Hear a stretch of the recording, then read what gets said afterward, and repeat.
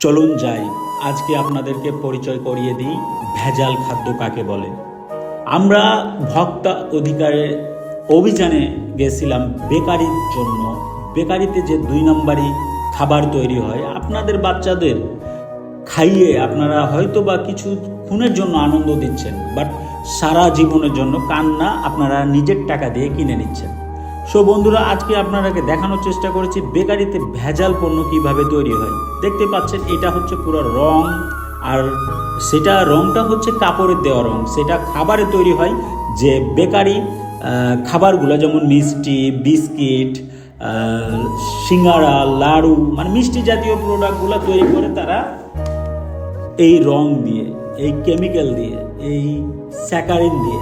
আর আমরা আমাদের বাচ্চাদের জন্মদিনে যে কেকগুলো ব্যবহার করি বেকারি থেকে নিয়ে, সেই জন্মদিন মানে তার জন্মের শুরুতে যা আনন্দ উপভোগ করছি, কিন্তু সেই জন্মদিনের দিনই তাকে একটা এমন ভেজাল খাদ্য দিয়ে শুরু করছি যেন সে সারা জীবন ভুগতে হয়।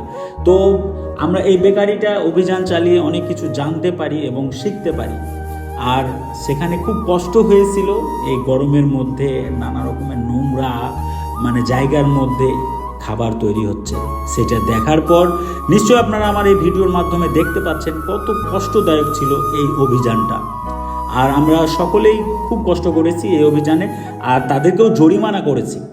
জরিমানা করার পরেও তারা ব্যবসা বন্ধ করবে না, কারণ আমরা বাঙালি এমন একটা নিজের স্বার্থের জন্য মানুষকে মেরে ফেলতেও সময় নিই না এবং দ্বিধাবোধ করি না।